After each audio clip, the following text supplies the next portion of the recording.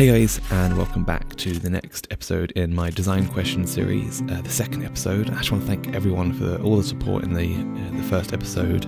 It really helped a lot, and this current episode, this in the series, is a question that's been submitted by someone who watched that. So if you have any questions to contribute to future videos, do leave them down below, and there's a good chance that I'll make a video of it or include it somehow in a video. So yeah, let's get started. So this episode is quite a lengthy one. It's colour correction in Photoshop and working with the adjustment layers.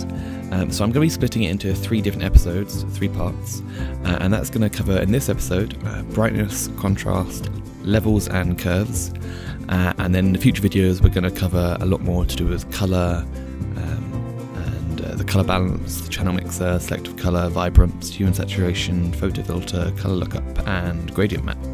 We're going to be using this photo as a demo to start off with, and it's a photo that I took myself at Gfinity last year of Maven and Brycey. So to get started, I'm just going to make this photo black and white just for the purpose of working with it, so you can better understand what it is I'm doing to the photo, and then later on we'll work with colour and see how it affects it slightly differently as it does to when it's black and white. So if we just go down here, I'm just going to use the black and white filter here. This is something we're not going to cover in a tutorial. There's a few here that are very simple, like solid colour, gradient and pattern, and black and white, but they're fairly self-explanatory. So we're just going to do that, and I'm just going to leave that one there. So adjustment layers apply to every layer that's beneath them. So even if I move this photo over here, there's one in the background that's affecting that too. So we're going to look at the adjustment layers, and down here, you saw earlier, I went down to the bottom of the layers panel to adjustment layers. You can also open up in Windows. You can come down to adjustments, and it'll open up another panel here. It might open up in docked, or it may open up out here. But these are all the exact same tools that we're going to be using, though they're more icons. When you hover over them, it says in the top left what they are. But for the purpose of this tutorial, we're going to come down here so you can see what it is I'm working on. So I've grouped the 3 tools that we're going to be looking at today in this video, as they're all similar and they all can do pretty much the same thing, just in very different ways. So we're going to start with the most simple one, which you're probably familiar with, brightness and contrast.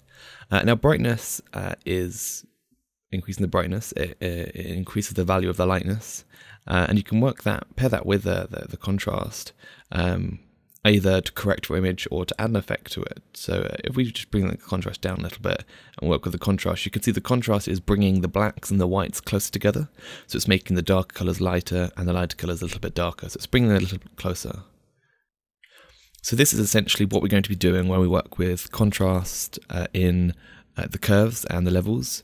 But they can be a lot more, you can fine tune them a lot more to accurately get what you're trying to achieve. So if we come down here and we're going to bring in levels, and here you can see a representation of the light values and the dark values. So up here is, to the left, is your darker values. So if we bring that in, it's going to make, as we bring it further in, it's going to bring all the darker greys, make them darker and darker and darker until we get all the way to white, where it's made everything dark. You can do the opposite with the whites as well, so you can bring this down and it would make them lighter and lighter and so on, until all the colours are pretty much white. And you can also tune them with the middle one, so adjusting the variables. If you look above the preview here, you have the RGB values, so you can go into the red, green and blue channels, and what this is doing is you're adjusting them separately. So if we go into them now, they look exactly the same. That's because it's a black and white image. So if we move the black and white temporarily, and you go into each of these, they're going to show you a different value. So this is a very blue image. So if we go into that, the blue values are quite high across the spectrum. If we go into the greens, for example, they're more shifted towards one end of the spectrum. So let's just turn the black and white filter on. Now, if we were to remove the reds from the darker region, it would be like a teal, which is the combination between green and blue. If we remove the green as well, you're seeing we're getting a lot more blue in these darker areas now, because only the blue values are really affecting the darker side, darker region. Now, if you ever mess up and you want to revert back to how it was before, you can come down here to this arrow and reset it. So before we start looking into how this affects an image with colour, we're just going to go on to curves, which is my preferred tool to use when adjusting the contrast in a design. So if we select the curves panel here, you're going to get a very similar preview to the levels panel. This time, however, you're working with like a Bezier curve, a little bit like the pen tool in Illustrator, for those who are familiar with it. So rather than moving sliders, you have a lot more control with how you're controlling how prominent the lighter and darker shades are. So if we were to bring the darker sides down, it would make the darker shades even darker. It's like we're bringing the dark greys down and making them darker. Maybe it would be simpler for you to understand if we're bringing the darks up, that would make them brighter. If we bring the lights down, that would make them darker. So the right side of the graph is showing the lights, the right top that is. The left bottom side is showing the darks, and this could be seen on the gradients at the bottom and the left. Now the same again, if we were to go into the RGB channels and we went into blue, and we brought the blues up in the darks, it would be making the darker shadows more blue. And as you can see, this is a little more prominent than when we used the similar effect in the levels. And I feel you can have a lot more customization over it because we can then bring the blue, whilst we have the blues up in the darks, we can then bring them down in the lights, and it's kind of making a yellow shade. Now this is actually providing something with a duotone style image, though that's something we're going to go into in one of our later videos in the last section of this series. Just going to revert this back now and just experiment with red as well. So we bring the reds up in the lights, and then we could bring the greens down in the dark, making it more pink. And I want to bring the blues up in the shadows. There we go, and then just bring this out so it's leveled off. As you can see, we've got a very nice effect here. Now this is color grading, it's not quite color correction. But when we start working with the color image, we can be a bit more fine-tuned to provide a more accurate representation of what the image should look like. So now that we've looked at how these tools work on a black and white image, we're going to remove that filter and we're going to look at it in a full color image. So starting off again with the brightness and contrast, we're going to look at the contrast tool, as that's going to be affecting it in a negative way. So not only is it providing us with those contrasts, but it's also saturating the image quite a lot, which you may not want in addition to what you already have. So that is one thing to note. A way to solve this is to bring in the vibrance or even the hue and saturation, and we're just going to bring the saturation down back to where we had it before. And you still have that contrast, but perhaps not as saturated as you originally wanted it. The brightness, however, works just as expected. Brings up the brights or down, levels out the image. We're just going to leave that now. It's fairly self-explanatory. Moving on to levels. Levels work as usual again in the RGB. It's very similar to contrast.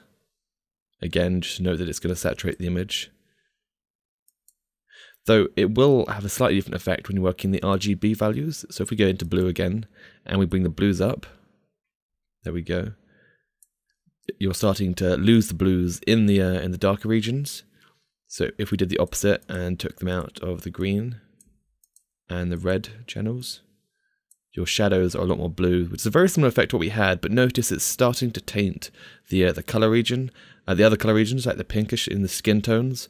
So that's something that you probably don't want to mess around with on a full color image too much. One thing you can do is you can test with the auto and see what it recommends. Go into the red and the green and blue. It usually won't recommend much here, but it will give you an idea of what it is that you're aiming for a more accurate image. Or if you're wanting to color grade, then I would recommend either going with black and white or experimenting with curves. I personally don't like using levels. I can't be as accurate with it. So we're going to move on to curves now, and I'll show you what I use when I'm working with my photos. So we've added in the curves adjustment layer, and one thing I will note is that I've already color corrected this image, so it's fairly on. I mean, his lips are a little bit pink here, but other than that, it's fairly accurate. I edited these in Lightroom when I imported them, so most of my photos, when I use them, are already color corrected. Though we are going to play around with the curves tool still. Now RGB is editing all the values again, like I said before, so that'll be across the board, and you won't see any color difference, though it may saturate a little more than you want to. So if we bring down the darks a little bit more, we don't really want that. Let's bring them up a little bit. There we go. And then we want to bring down the lightness, maybe the lighter colors, maybe bring them up a bit more. There we go. So it isn't really affecting with the color too much, and we made a very subtle difference. But if we toggle it on and off, it's brightening the image nicely and across the screen. Now, I don't really like this, so I'm just going to reset that. But one thing I do like to do is if you bring up the darker values, it looks like a faded kind of image, and then we're going to bring it back down again a bit earlier than it's predicting we want it to. I'm just going to play this a bit more, maybe a little bit more subtle. And it gives it this nice faded look. So if we hide that and show that again. Now, this is called either neutral density or, I think it's neutral density or negative density, something like that. I've completely forgotten the terminology used. But it's an effect that's used quite common, particularly in black and white images. So if we add, bring back in, the black and white effect, adjustment layer, and then add in the curves, and as you can see, it's giving it a nice faded effect. We want a little bit more contrast here, so I'm going to bring the lights back up a bit more. Bring this down a tad. There we go. Maybe bring up the fade a tiny bit more. Now, note that this is losing detail because you're taking away all these possible shades of black, which is taking away detail, as you can see. So be careful with it, especially when you're saving it as a JPEG, because you can't bring that detail back in when you merge the layers or save out as a JPEG. So what I want to look at now is actually working on an image to color correct it and then color grade it and work with you from start to finish on how I go through my process. So this is a photo of Optic Flamesword. He's the captain of Halo team, Optic Gaming. And so we're going to color correct this image. You see it's very yellow here, the lighting, and that while this can be a nice effect, and this might have been what the photographer intended, I'm now, hypothetical scenario, I'm using this in a web design, and we need this to be more neutral, more true to the color tones, and we want to take out this yellow, and it's a little more complicated than just reducing the yellow. We want to bring in the skin tones back in without making the rest of it pinky. So we're going to work in this photo from start to finish. Now, I haven't worked in this photo beforehand, so it's going to be quite experimental, but this is true to how I would work through my process. One other thing I want to note is that there are a few other tools that I would probably use in this, but I'm going to see how far I can get with just using the tools that we've covered in this video to show how powerful they can be. Now, I'm going to work mostly with curves, though I'm going to use probably a few different curve layers so I can visualize my changes more effectively. So this is going to need some work on in terms of its total brightness and contrast, but first we're going to sort out this yellow tone that we've got across the image. Now, yellow is made up of red and green. So we're gonna work on reducing this first.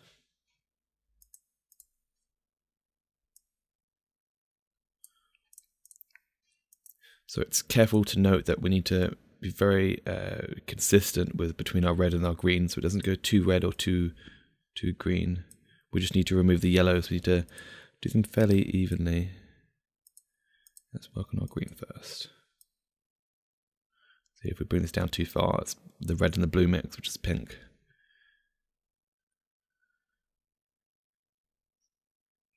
There we go. But it's come down too far on these darker shades, so if we bring that back up again, there we go.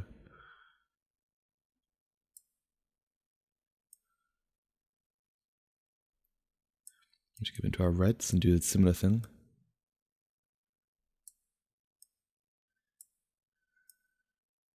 If we hide and show this to see how far we've got, it's going a bit more orange now, so we can see there's a little bit more red than there is green. Let's try bringing a bit more blue in to counterbalance this.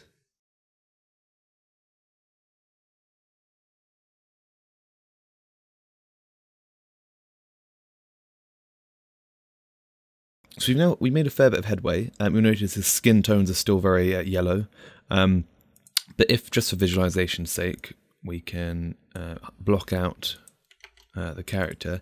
You notice the scene is looking a lot more true to its to the colors you'd expect during the daytime. It's a little too green here, but I'm finding it hard to make the skin tones changed only on his body without affecting the rest of the scene. So we're just going to continue to remove these greens just a little bit, and then we're going to focus on using an alpha channel to just work on the character itself. Now, I'm going to start working in a new curves layer. Now, this is only so that I don't ruin the progress that I've got.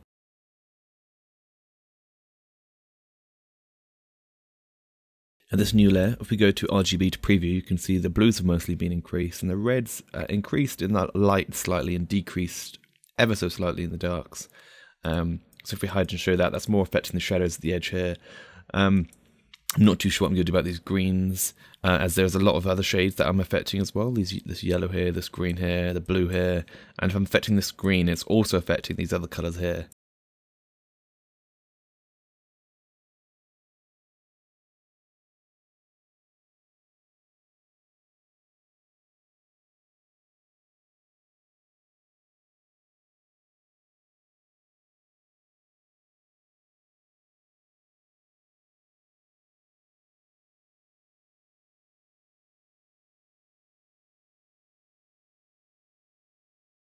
So I just took a moment to paint over a mask over the skin area so that we could just affect that region alone. Now if we make a selection on this area using Control and selecting the thumbnail, or create a marquee tool, we can now hide this layer. Marquee tool remains. And if now we create an adjustment layer under curves, it'll add a mask to it, affecting that area only. So just to show you, it's only affecting this region only. There we go. So if we go in now and we start playing around with the colours, it should only affect that colour region. Here you go. One thing I also want to do is just bring down the saturation.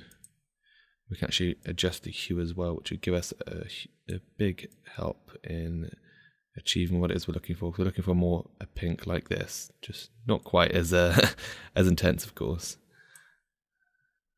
Reset this and bring the saturation down.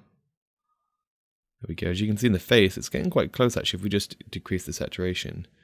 So we're going to come back here and adjust it in a minute once we've got a bit closer to the shade that we're looking for. So now if we zoom out and we hide and show the slurs, you can see what it is I've done. Let's group them together. See, they've gone from being like a yellowish kind of shade to a much more subtle tanned shade. Now if we select all of our colour corrections here, group them and hide and show them, you can tell a huge difference between the before and after in this photo. Before, yellowy glow. After, much more realistic tones that you'd expect. Now if I was spending a lot longer on this design, I would go into detail and I would decide whether I wanted these lights to be green, as it could remain true to the scene. They could be green lights glowing. I'd go in and cover small details like that. There's a little inconsistency in this skin tone here, whereas at the edges it's perfect, or close to perfect, but in the mid tones here, it's got a yellowy tint. So I'd go in and fix that. But these things are just a lot of tweaking, a lot of experimenting, and eyeballing it. So just to make sure that everything is pleasing to the eye. Now I hope you found this video useful. If you did, leave a thumbs up and do share the video with your friends. I would love to be making these much more regularly. I'm going to try and aim for one a week. Part 2, I'll be looking into colour balance, the channel mixer and selective colour. Now those tools would have made this job a lot easier with removing the yellow, or changing all of the yellow tints to maybe a little more red, just the yellow colour, or making the blue just a little bit more red, and affecting colour a lot more precisely, and changing each tone, each shade. There's a lot more detail in it, so if you do want to see that video, leave a thumbs up and I will aim to have that with you sometime early next week, I guess, depending on how well this one goes. Also, don't forget to leave a question below if you have an idea for another episode. I hope you enjoyed. Thanks for watching, and I will see you in the next video.